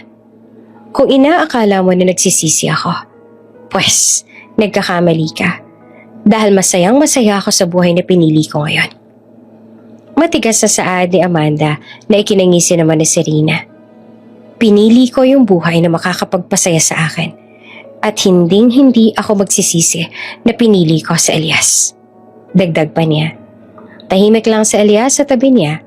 Pero sa paraan ng pagtingin niya sa dalawa, animong kaya niyang lapain tong mga to. Hindi niya kailangang magsalita dahil alam niyang sapat na yung presensya niya sa tabi ni Amara para mapagtanggol niya ang sarili niya. Magbabayad ka sa ginawa mo sa akin, Amara. Sigaw ni Serena habang nakahawak ang pisngi niya. Tingnan natin kung sino magbabayad pagdating ng araw. Sagot ni Amara na hindi naman natatakot. Umalis na kayo. Wala na kayong karapatan sa buhay ko. Galit na umalis sina Serena at Cedric sa stall nila Amara. Kapag may taong napapatingin sa direksyon nila, ay sinisinghalan ni Serena lahat ng iyon dahilan upang pasikreto pa silang tawanan ng mga tao sa paligid. Ang yabang talaga ng babaeng yan, baliyaw ni Serena. Hayaan mo na si Rina. Hindi magtatagal, babalik din sa atin yan. Hindi yan sanay sa hirap. Sagot naman ni Cedric. Sa di kalayuan, may sundalong nakasuot ng coat at shades ang nagmamatsyag at masusing nagre-report sa earpiece niya. Tinanggihan niya yung pera. Nito bago tuluyang nagtago bago pa man siya mahuli ni Amara. Nalingon ni Elias si Amara at di kalaunan ay lumapit siya para hawakan ang kamay na to. Bakit mo ginawa yun, Amara? Hindi mo na sana sinampal. Baka magigante lang sila. Hindi na mahalaga yon, Elias. Saad ni Amara. Di ko naman pwedeng hayaan na apak-apakan lang nila tayo. Ginawa ko yun para sa atin. Para sa dignidad natin. Salamat, Amara. Bulong na Elias. Tiningnan niya si Amara na may paghanga at respeto na hindi niya naramdaman kanino man. Itinaya ni Elias ang sarili niya para protektahan ang dignidad ni Amara at itinaya naman ni Amara ang yaman niya para protektahan yung dignidad ni Elias. Hindi nagtagal, nagsimula ng magbago ang takbo ng pangyayari sa maliit na komunidad sa Riles. Isang tanghali, habang abala si Amara at Elias sa paghahanda ng fishball, biglang may dumating na mga lalaking nakasuot ng coat. May earpiece at mga shade sa mata. May foreign accent sila at mukhang hindi sila taga dito. Mukha silang elite na security personnel. May dala-dala silang blurred na litrato. Pero si Elias iyon na nakasuot ng tuxedo at may royal pin sa dibdib. Ang crest na nakita ni Amara sa phone ni Elias. Iyon din ang crest na pin na suot niya sa picture. Excuse us, tanong ng isa sa mga tao roon na may matigas ang accent. Have you seen this man? His Majesty's missing son. Natulala ang mga kapitbahay at napatigil ang chismisan sa paligid. Sino yan? Tanong ng isang tendera. Wala kami nakikita, sabi ng isa pa na kinakabahan. Si Amara ay biglang kinabahan. Tumingin siya kay Elias. Nakakunot lang ang noo ni Elias at bahagya na ring umigting ang panga niya. Elias, kilala mo ba sila? Tanong ni Amara. Hindi ko kilala. Sagot ni Elias habang bitbit si Amara paatras. Animong tinatakpan niya ito para hindi siya mapansin ng mga lalaki naghahanap. Mr. Elias, we know you're here. We're here to bring you back. Sabi ng isa sa mga lalaki nakasuot ng royal coat. I am not going anywhere. Matigas sa sabi naman ni Elias. At wala kayong karapatan dito. Umalis na kayo. Nagkatinginan ng mga lalaking security na animong nahihiwagaan na sa mga kinikilos sa Elias. The Queen sent us. Pilit ang isa pa. She needs you now. There are matters of the state that need your attention. Tell the Queen, my state is here. Sagot na Elias at tinignan si Amara. Hindi kalaunan na yumuko ang lalaki at umalis na yung mga ito. Pero alam ni Amara na sa puntong iyon, hindi sila titigil. Hindi nila titigilan sa Elias. Pag uwi sa barong-barong, nanginginig si Amara nang bumaling siya ng tingin kay Elias. Elias, sino ka ba talaga? Tanong ni Amara habang patuloy na umaagos ang luha niya. Yung fighting skills mo, yung phone mo, yung ring case, yung mga naghahanap sa'yo. Prince Elias? Bakit mo ako niloko? Amara, hindi kita niloko. Sagot na Elias. Hindi ko lang sinabi lahat dahil gusto ko tang protektahan. Sa lahat ng tao? Bakit sa akin mo pa itinago yung pagkatao mo? Bakit ka nagpapanggap na pulube? Hikbe ni Amara. Gusto ko lang mabuhay ng tahimik, kaya ako napadpa dito. Sagot niya at umupo siya sa banig. Umalis ako sa palasyo dahil ayoko maging parte ng mundo nila na puno ng kasinungalingan, ng politika. At pinipilit kang mahalin yung taong hindi mo naman mahal, tulad ng nangyari sa'yo. Pero bakit dito? Bakit ka sa akin nakasama? Tanong ni Amara. Ilang taon na rin ako naglalakbay ng patago at tinatago ko yung pagkatao ko. Ang tito-tita mo, kilala ko sila. Kilala sila ng royal family dahil sa mga business deals nila. Nalaman kong gagamitin ka nila para sa mana mo. Hindi mo lang alam kung gaano kang kadelikado. Bumuntong hininga si Elias habang si Amara naman ay walang ibang nagawa kundi ang mapigil ang hikbi. Nang makita kitang umiiyak sa ulan, Amara, saad ni Elias habang ang boses niya ay unti-unti nang lumalambing at nang aararo. Hindi ako basta-basta lumapit sa'yo, pero nararamdaman ko yung bigat ng dinadala mo.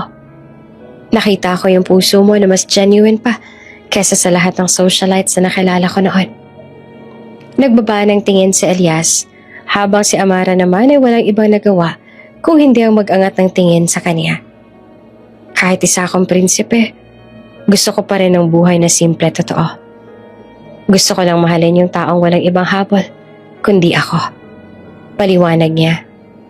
Dito nakita ko na mas totoo ka kesa sa lahat ng mahiyayamang babae sa Europe na gusto nilang maging prinsesa. At ngayong nahanap na nila ako, hindi na kita pwedeng iwanan. Hindi ako aalis nang wala ka. Matatag niyang saad.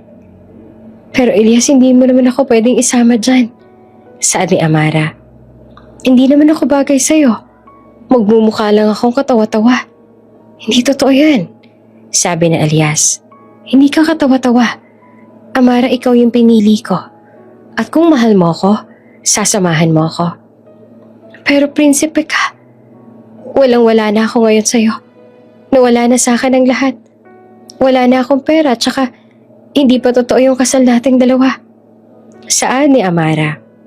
Totoo yung kasal natin, Amara. Tunay yun. Pinirmahan natin yung papel. Sa mata ng batas at ng Diyos, legally married tayo.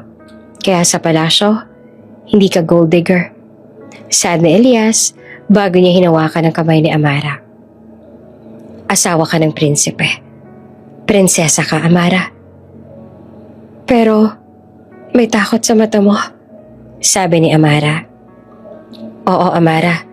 Natatakot ako. Pero hindi para sa sarili ko. Sagot ni Elias. Para sa'yo. Sa palasyo, politika. Alam kong gagawin nila lahat para sirain tayo. Pero hindi ko sila hahayaan. Walang ibang nagawa si Amara kung hindi ang naluluhang yakapin si Elias. Animo yun ang yakap na yon ay mas comforting pa kesa sa lahat ng karangyaan na alam niya. Anong gagawin natin ngayon? Tanong ni Amara. Kailangan nating lumabas dito bago nila tayo kunin ang pwesahan. Bulong niya. Ang pagsasabi ni Elias ang totoo kay Amara ay animong hindi man lang nagpabago ng nararamdaman ni Amara para sa kanya. Mas lalo lang ding tumibay ang tiwala niya kay Elias ng mga oras na yon. Sa kabilang banda naman, sa bubong ng mga kapitbahay, naroon ang isang lalaki na nakasuot ng itim na bonnet at jacket. Tulad ng nakagawian ay nakasuot ito ng earpiece at animo may kausap na naman sa kabilang linya, habang naka-sniper style ang pwesto niya na nagmamanman sa loob ng kubo nila Elias. Found him. He confirmed his identity to the girl. He is moving. Gabi na iyon at medyo malakas ang ulan. Nasa labas si Elias nang marinig niya si Amara na animo may kausap sa cellphone niya.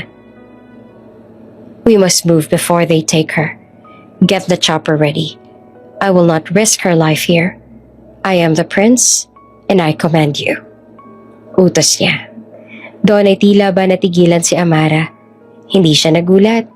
Nagalit lang siya dahil alam niyang itatago ni Elias kung ano yung totoo. Sinungaling ka. Nanginginig na saad niya dahil lalo upang mabaling ang tingin si Elias sa kanya. Akala ko totoo lahat. Amara, hindi mo naiintindihan. No, hindi pala ikaw yung inaasahan ko masasandalan. Tulad nila, galing ka rin pala sa mundo ng kasinungalingan. Sa palasyo ka nararapat. Samantalang ako sa squatters area lang. Magkaiba tayo, Elias. Magkaiba tayo. Tumakbo siya sa ulan. Hindi niya kayang bigat ng pagsisinungaling sa kanya na Elias. Hindi na rin naman nagdalawang isip pa si Elias na habulan siya. Amara, bumalik ka dito, delikado! Sigaw niya. Bago pa man siya makalayo ay bigla nang nanghina si Amara at tuluyan na siyang bumagsak sa lupa. Nawalan siya ng malay dahil sa stress at sakit ng panluloko at mga lies na nalaman niya. Amara! Sigaw ni Elias sa takot na takot. Binuhat niya si Amara habang ginigising niya ito. Pero hindi man lang ito nagmulat. Hindi kalaunan ay dumating at pumarada sa gilid nila ang isang itim na kotse. Ito yung mga Royal Guards na Elias sa Europe na palaging nagbabantay sa kanya. Secure His Majesty. He's collapsing. At the same time, secure the woman.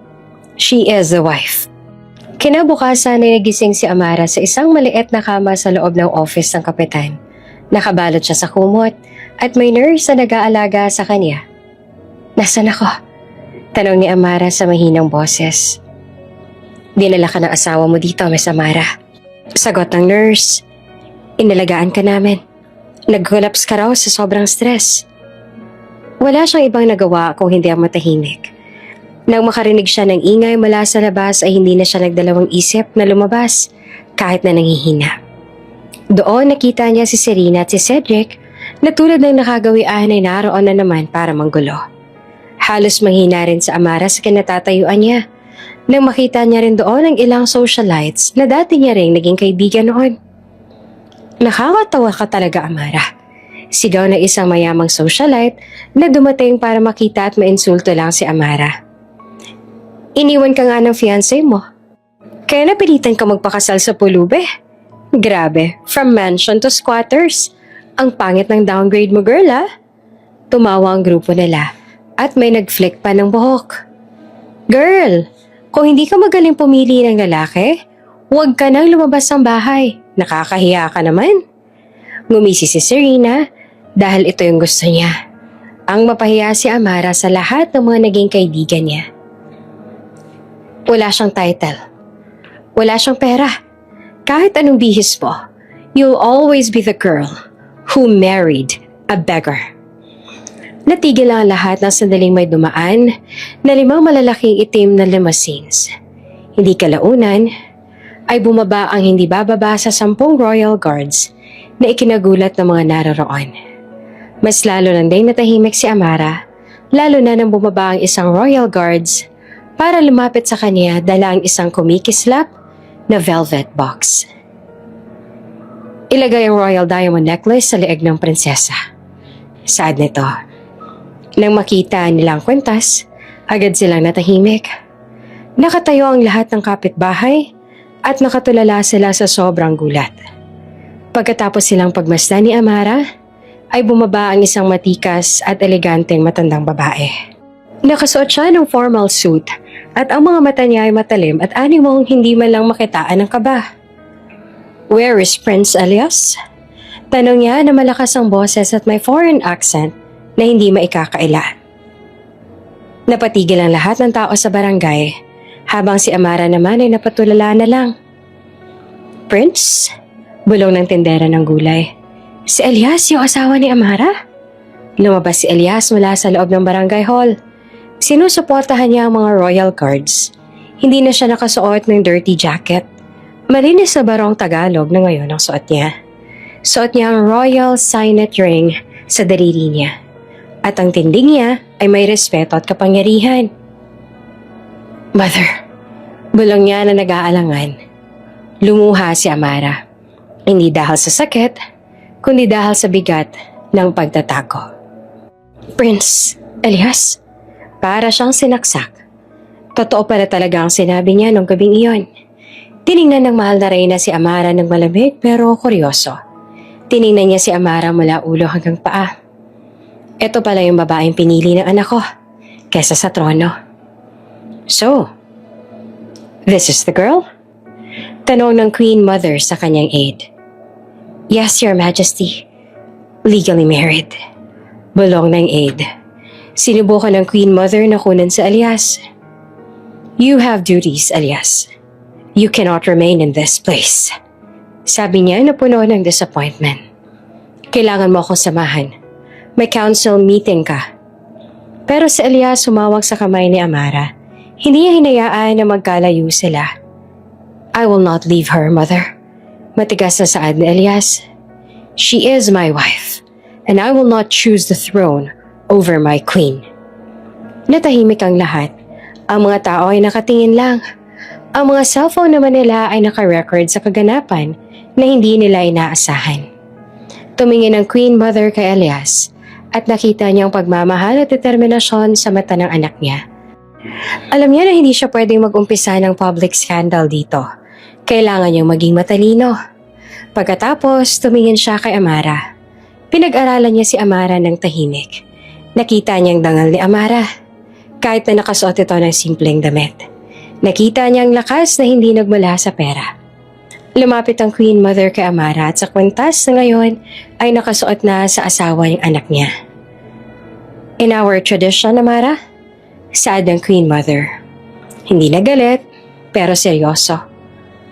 The woman the prince marries must be honored. Hinawakan niya yung kwintas na nasa leeg ni Amara na ikinatigil naman ito.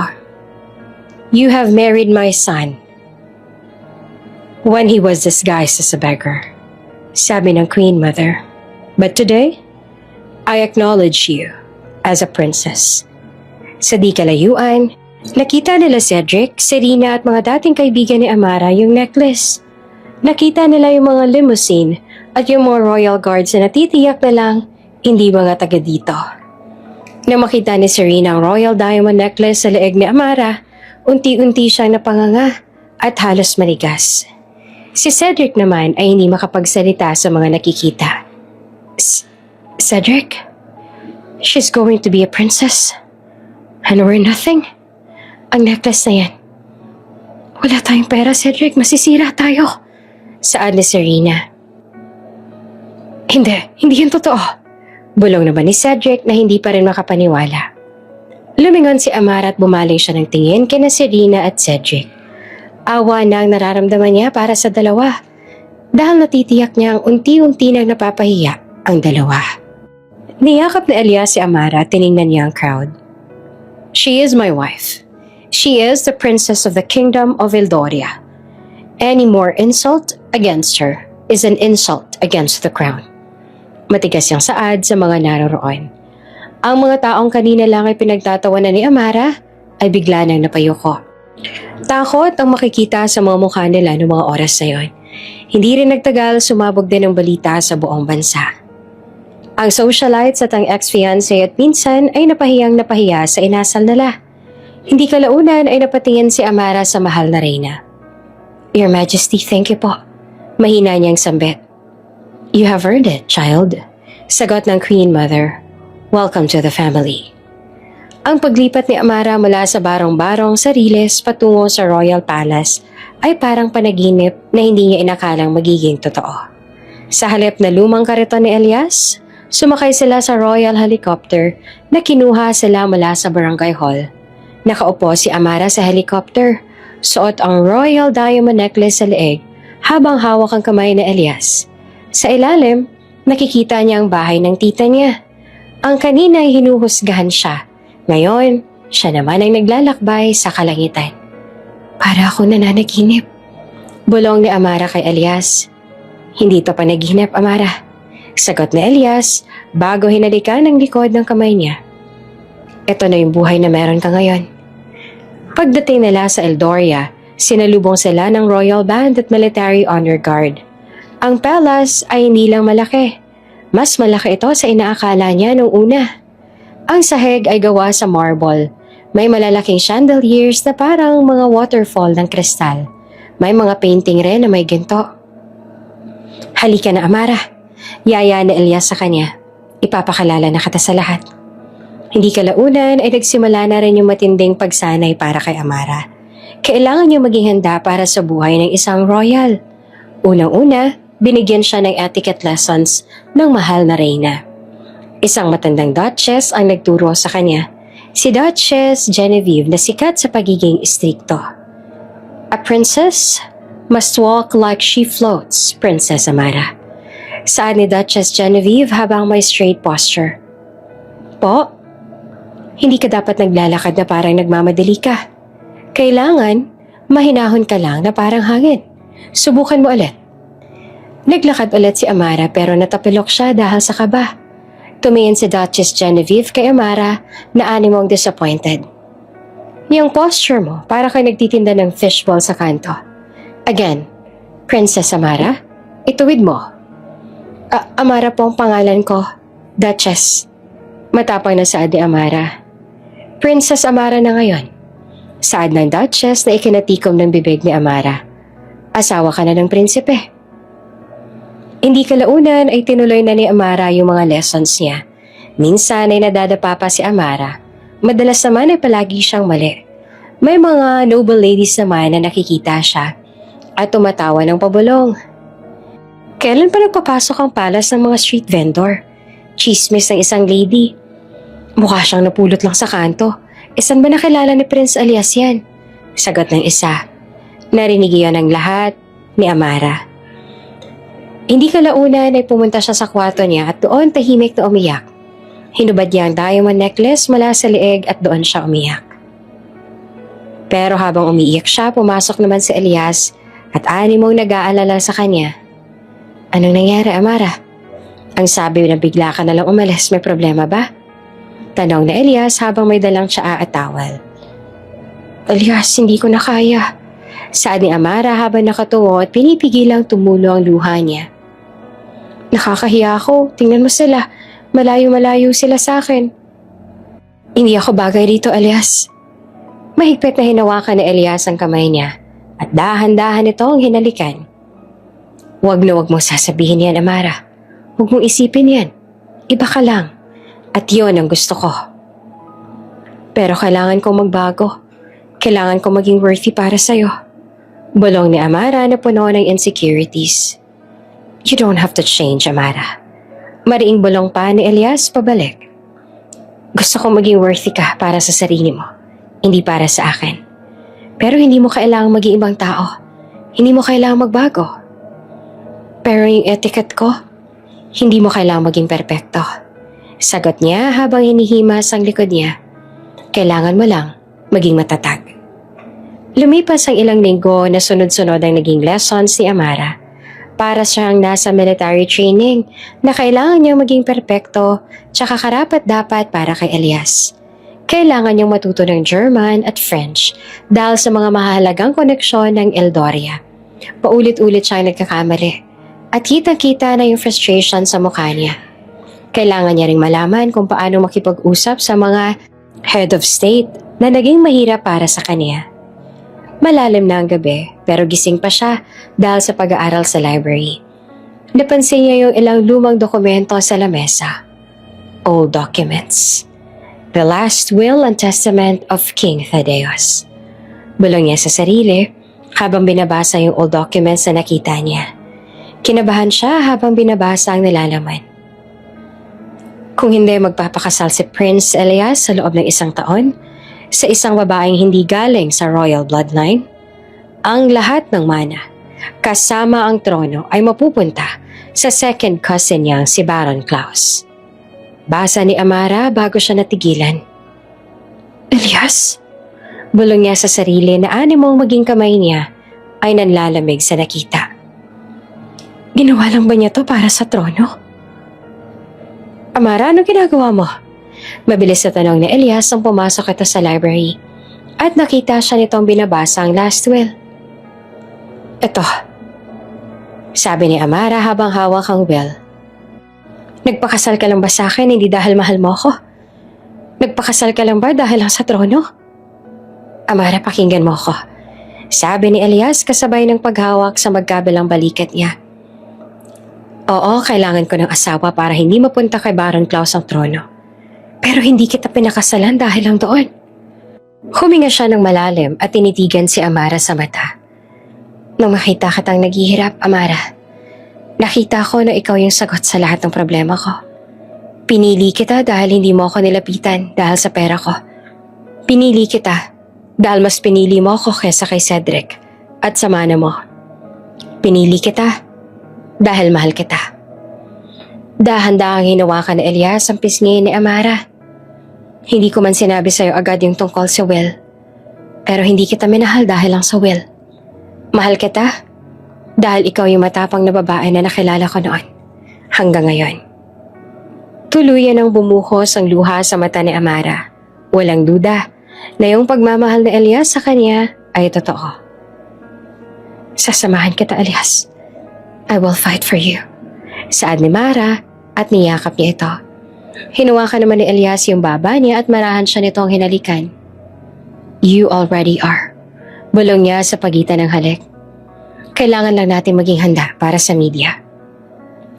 Sa labas ng pinto ay nakatanaw ang Queen Mother. Wala nang galit sa mga mata niya. Puro na lang ito pride para sa dalawa. Naging international scandal ang balita tungkol sa pagpapakasal ni Prince Elias sa isang Filipina ex-heiress na nakatira sa slums para makontrol ang damage. Nagdesisyon ng Queen Mother na magdaos ng isang malaking press conference. Nanginginig si Amara habang naghahanda. Ang isip niya ay puno ng mga lessons ni Duchess Genevieve tungkol sa posture, accent at sa diplomacy. Kaya mo yan, Amara. Bulong ni Elias habang inaayos ang royal diamond necklace sa lieg niya. Huwag kang matatakot. Wala kang dapat na itago. Pero Elias, paano kung magtanong sila tungkol sa atin? Sa kasal natin sa barangay hall? Sa mga turon at kwek-kwek? Tanong ni Amara na kinakabahan. Sabihin mo lang yung totoo, Amara. Yung totoo ang magpapalaya sa atin.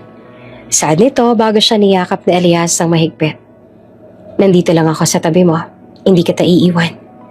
Hindi kalaunan ay pumasok sila sa loob ng press conference room. Libo-libong flash ng kamera ang sumalubong sa kanila. Ang mga journalists mula sa iba't ibang bansa ay nagkakagulo para lang makakuha ng litrato nilang dalawa. Umupo sila sa table na naroon. Si Queen Mother Isolde ang nagbigay ng pambungad na salita. Ladies and gentlemen of the press, saad ang Mother Queen na matatag ang boses, ang aking anak na si Prince Elias ay nagpakasal sa isang babaeng hindi galing sa royal bloodline. Alam namin ang controversy na ito, pero ang aming palasyo ay naniniwala na ang pag-ibig at dangal ay mas mahalaga kesa sa politics at nobility. Dagdag niya pa bago formal na ipinakilala si Amara sa media. At ito ang aking manugang, si Prince Amara. Nagsimulang bumuhos ang mga tanong, dahilan upang mas lalo pang maramdaman ni Amara ang panginginig niya dahil sa takot. Prince Elias, is it true you married her for the inheritance? Princess Amara, did you marry the prince because you knew he was rich, making you a gold digger? Did you meet him when he was begging for food? How can the kingdom of Eldoria accept a princess from the slums? Tahimik sa Elias. Tumingin siya kay Amara at hinayaan niyang siya ang sumagot. Huminga ng malalim si Amara. Naaalala niya ang training niya pero pinili niyang maging totoo. Ladies and gentlemen, panimula ni Amara na malinaw ang boses at may dangal. Hindi ko po pinakasalan sa Elias dahil sa pera. Sa katunayan po, siya po yung pulubi noon at ako po yung heiress na tinalikuran ng lahat ng pera ko para sa kanya. Aniya dahilan upang magbuluan ang lahat ng nandoon. Kami po ay kinasal sa barangay na may flores de papel at plastic chairs.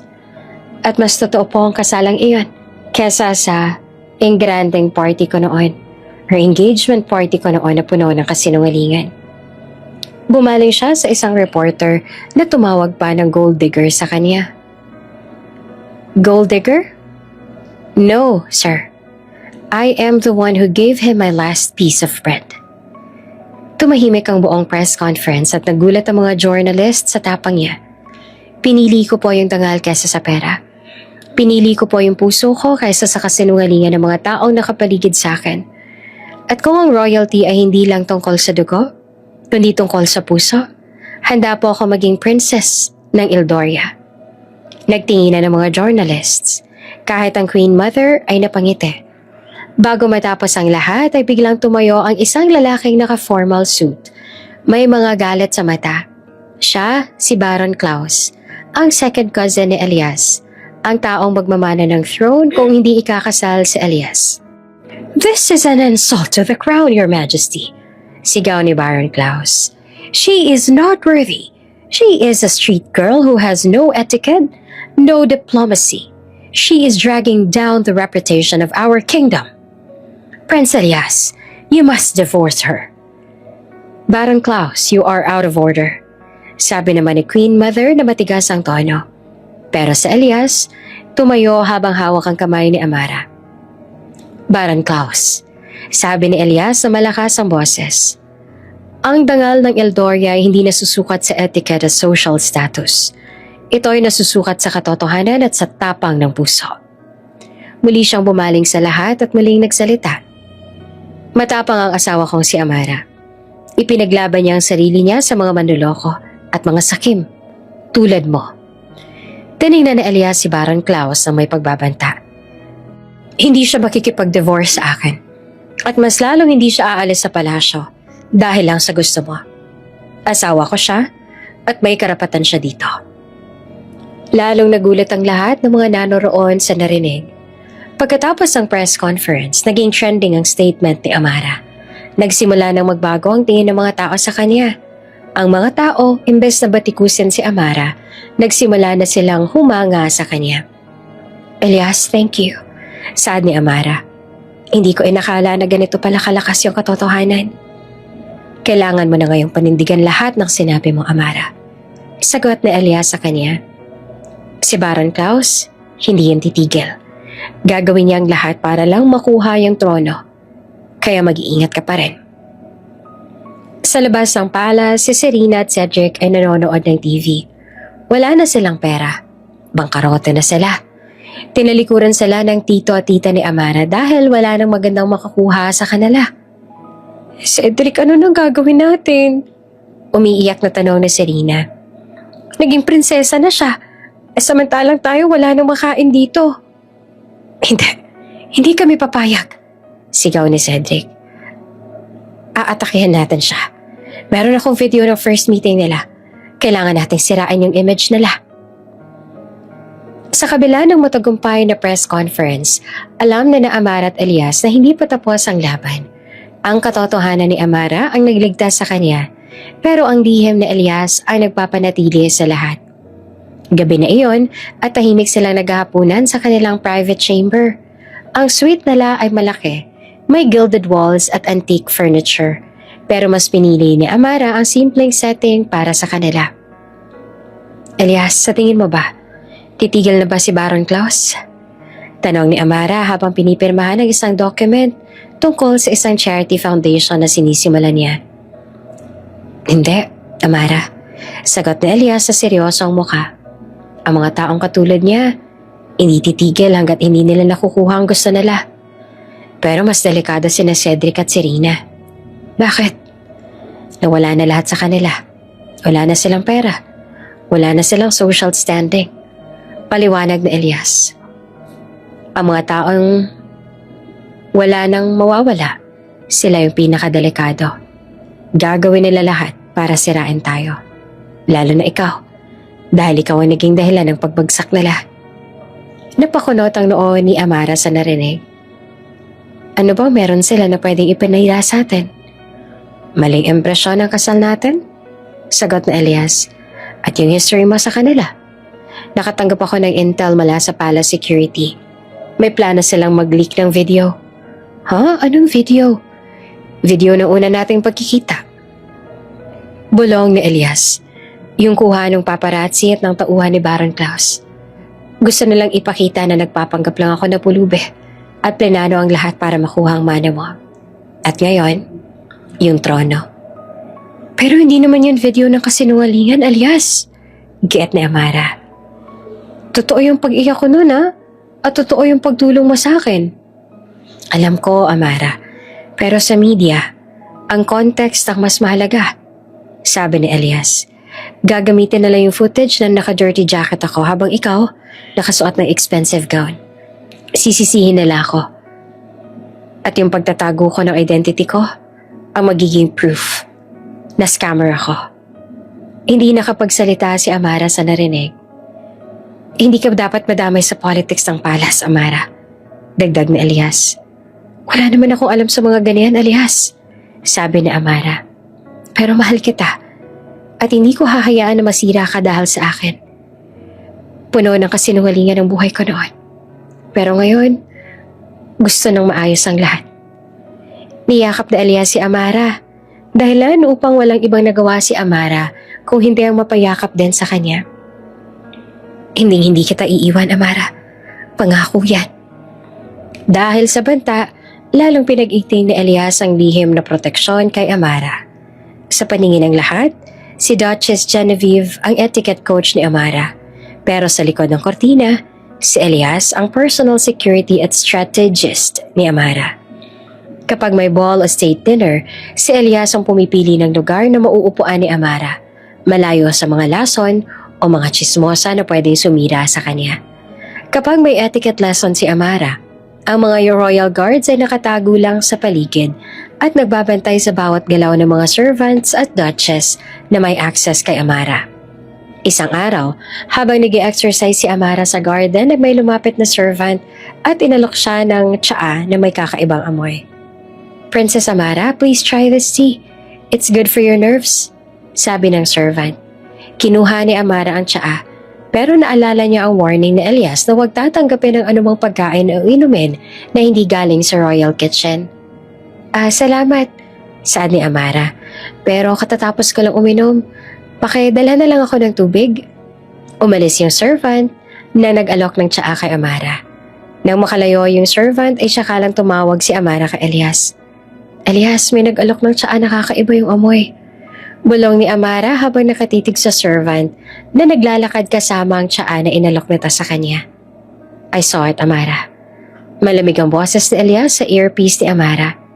"Babalik na ako dyan. Huwag kang aalis sa garden." Nang makabalik sa Elias ay agad niyang tinawag ang head of security. "I want the servant who offered the tea to my wife investigated immediately." Matigas ang utos sa Elias. Nang gabi rin yun, nalaman nilang bribe pala ang servant ni Baron Klaus para lagyan ng mild poison ang tsaa na ibibigay sana kay Amara. Hindi naman ito nakamamatay, pero makakasira ito sa focus at speech ni Amara sa diplomatic meeting na darating. "Sabi ko na sa iyo, hindi titigil si Baron Klaus." Saad na Elias, "Kailangan nating maging handa." Niyakap ni Amara si Elias dahilan upang sagutin naman ni Elias ang yakap kasabay ng pagbuntong hininga. "Salamat, Elias. Kung wala ka, baka wala na rin ako dito ngayon." "Hindi mo kailangang magpasalamat, Amara. Trabaho kong alagaan ka." Saad na Elias. Sa kabilang banda, si Cedric at si Rina naman ay walang ibang nagawa kung hindi ang maganda ng pagpapakalat ng video nila Elias at Amara. Wala na silang pera, pero may mga social media accounts pa sila. "Dito tayo magsisimula, Cedric. Sirain natin yung image niya. Ipakita natin na masyadong mahirap yung asawa niya." Saad ni si Rina. "Gagawin natin siyang katawa-tawa si Rina. Yung scandal na yan, ang huling barahan natin."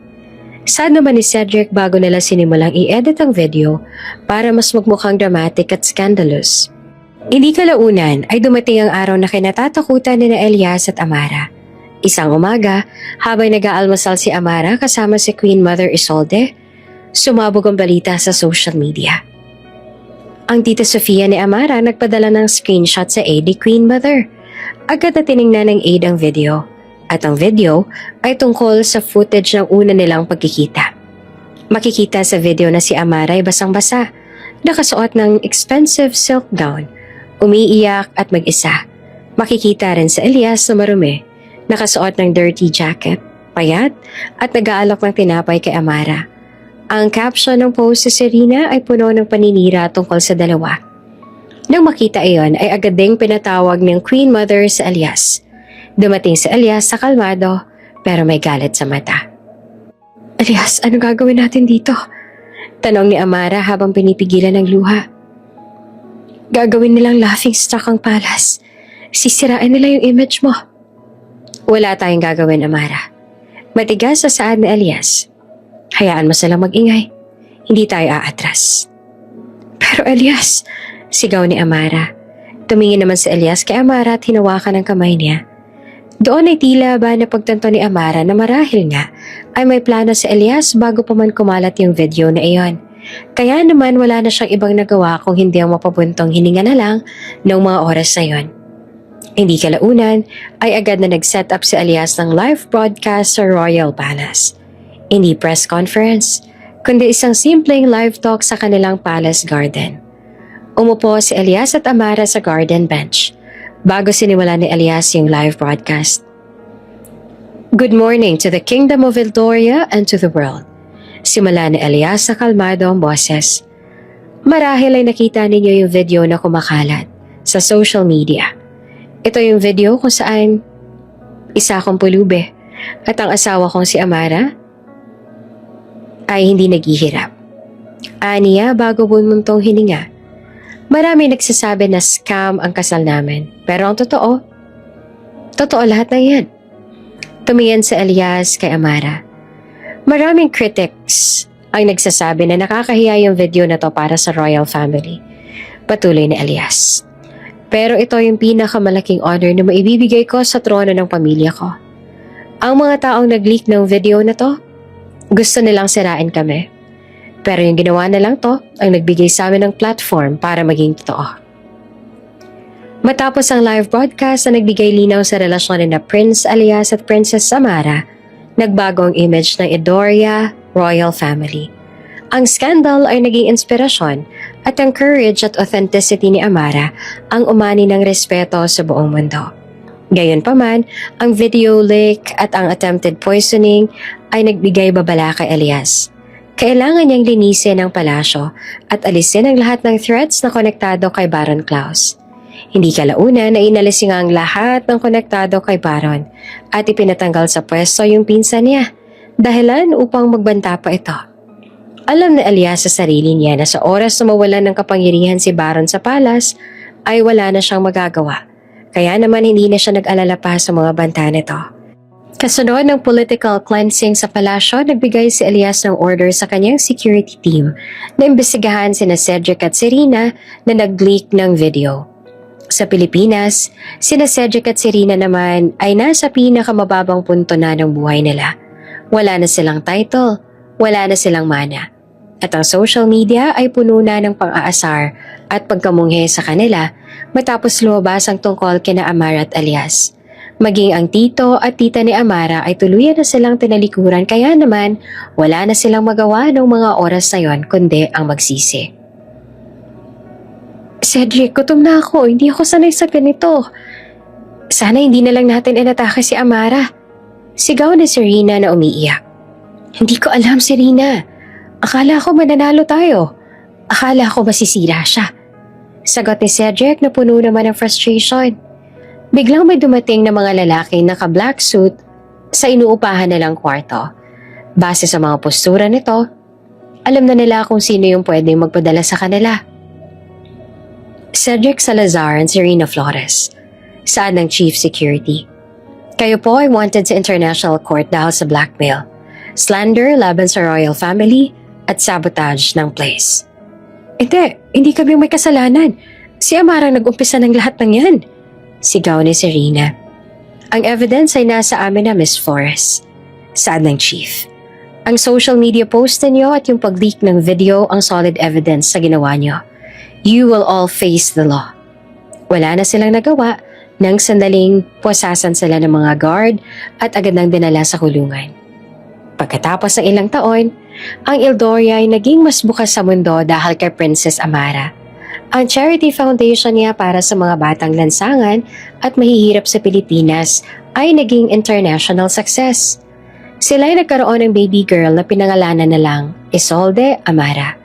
Nasa garden sila noon habang kasama nilang naglalaro ang anak nila nang sandaling magsalita sa Elias. Alam mo Amara, saad ni Elias habang pinagmamasa ng anak nila, ang pinakamahalagang aral sa buhay ko ay yung nakilala kita. Kung hindi dahil sa'yo at sa pagtulong mo sa akin noon, hindi ko matatanggap lahat ng to. Hindi kita tinulungan, mahal ko. Sagot ni Amara bago ngumiti. Minahal kita. Wala namang ibang nagawa si Elias kung hindi ang mangiti. Bago siya nagdesisyong iyakapin si Amara at ang anak nila. Ang dating pulube at ang dating tinanggalan ng mana noon. Prinsipe at prinsesa na ng Edoria ngayon. Bago ka pa lang sa channel neto, ibang kwento ni Ate Jane, istorya mo, ikwento ko. Huwag kalimutang pindutin ang notification bell at subscribe button.